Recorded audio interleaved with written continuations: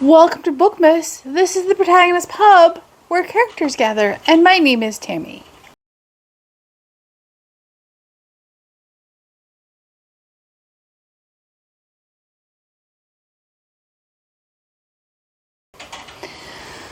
Today, on this lovely, when you're watching this December day, we're going to talk about some of my favorite Christian books and or series of 2023. 2023 was really the first year I read a lot of Christian fiction. And for the most part, I thoroughly enjoyed it. There are some I really had issue with. And so obviously I'm not going to be talking about the ones I had issue with. So first, let's talk about the ones I have physically. This is the, I'm going to say second or third book.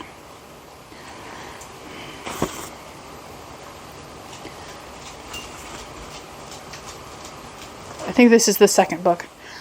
This is The Edge of Dusk by Colleen Coble. It is the Annie Peterson trilogy. I read this entire trilogy this year. I loved this series. It is Christian romantic suspense. It is it takes place in the same town as her main series, which is Rock Harbor. And I need to read the Rock Harbor novels. I started another trilogy from Colleen this year. They are fantastic.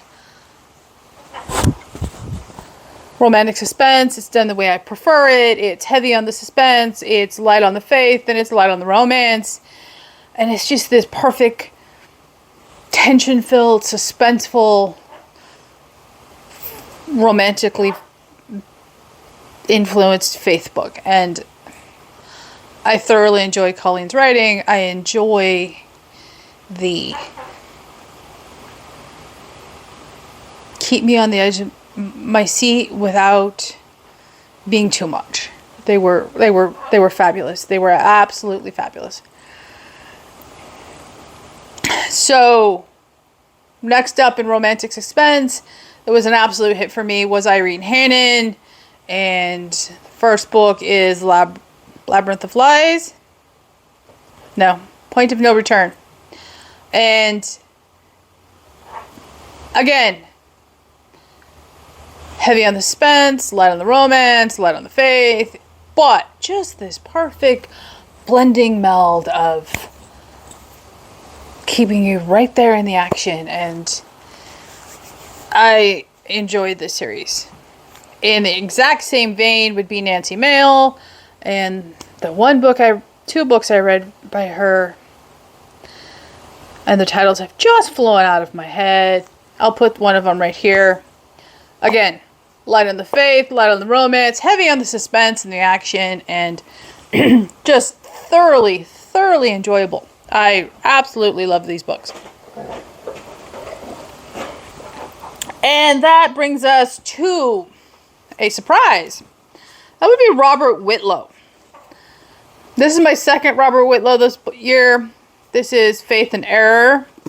I tried to read the arc of Double Indemnity, and I DNF'd that book. It was one of those where it was not working for me in any respect. However, I will read another one because Trial and Error was good. It wasn't great, but it was good. And there is not a lot of legal books. I mean, there's Grisham, and there's a couple of others, Scott Turlow, but especially in the Christian genre, there are not that many. So I will try another one from Robert Whitlow. I don't think the faith added anything to the story. I think if you took the faith component out, this would work just as well. Personal opinion. So I will try another one. I can recommend it. It's clean. It's enjoyable, but it's not I don't think the faith was necessary for me.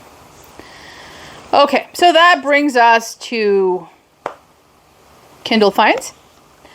And there were a lot of Kindle finds for me this year. First up would be Pepper Basham. To the surprise of no one, she would have made my list of new to me authors in 2023. Unfortunately, I discovered her in 2022, so she couldn't go on that list, but I read at least 4 Pepper Basham books this year. I loved them all. I'm looking forward to the Pepper books next year. If Pepper writes it, I will read it. They are funny, they are sweet, they are gentle faith, they are swoony and kissy and romantic, and they're uplifting, and they're just delightful. And my top recommendation for Pepper Basham right now is going to be the Juliet Code, and I will link that video down below. And the reason it wins out of all the other ones as my favorite Pepper of the year is because of chapters 4 and 5. It is the perfect description of love. I talk about it in the video down below. I'm not going to rehash it here, but it is an amazing read. It was truly an amazing read. So next up would be Kristi and Hunter and A Noble Masquerade, which is the first full-length novel in the Hawthorne House series, and it is funny, and it is sweet, and it is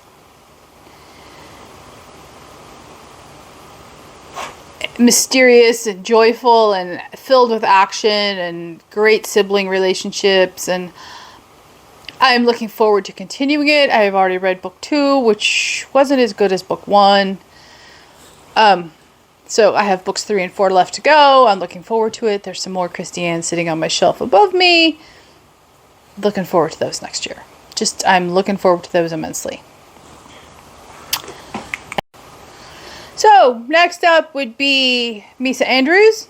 And I read 2 Misa books this year, Potiphar's Wife and In Feast or Famine. I will link those videos down below, or reviews. And my favorite by far was Potiphar's Wife.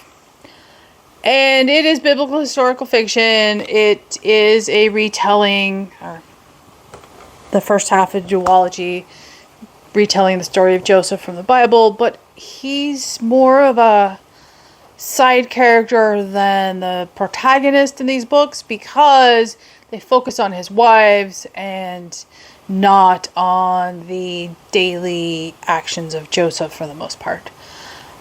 I thought these books were fabulous. They set me on the course to read biblical fiction, and I am grateful for that. I truly, truly enjoyed Potiphar's Wife. And the second one I read on Kindle this year was Voice of the Ancient by Connilyn Cossette. And I've talked about this in a couple of Christmas videos. It is, again, biblical historical fiction. And it sent my brain down a path of, hey, you don't know something, go figure it out. And so I'm doing that next year. And I love books that make me think. I really do enjoy books that make me think. So those are some choices from Kindle. Now, you may be asking yourself, Tammy, I know there's at least 2 books that should be on this list, if not 3. Where are they? Here they are. I'm going to put them, not to diminish their impact on my life by any sense. These are in the top books of the year for me, and in no particular order. They are MarkMaker by Mary Jessica Woods. This is Catholic science fiction, and I still think about this book today. It ruminates in the back of my head. And then the first book in the Children of the Consortium series by Cathy McCrumb. Also her debut novel, Recorder. Again, big science fiction. Makes you think. Wonderful, amazing science fiction that everyone should read. It is hopeful. It is uplifting. It is not grim science fiction. And again, a debut novel. Catholic historical fiction in pieces. I loved this book. I love this series. Book 3 has been submitted to Rhonda's editor. It's coming out next year. I am on pins and needles waiting for it, as you all know. So, those were my Christian fiction finds for 2023. I'm probably reading less Christian fiction next year, but I'm still reading Christian fiction. There's a whole shelf of it behind me. There's biblical fiction, there's historical fiction, there's contemporary, you name it, it's back there for Christian fiction. And life is good. Did you find any Christian fiction books I should know about this year? Please leave a comment down below, like and subscribe, and I will see you here next time at the Protagonist Pub.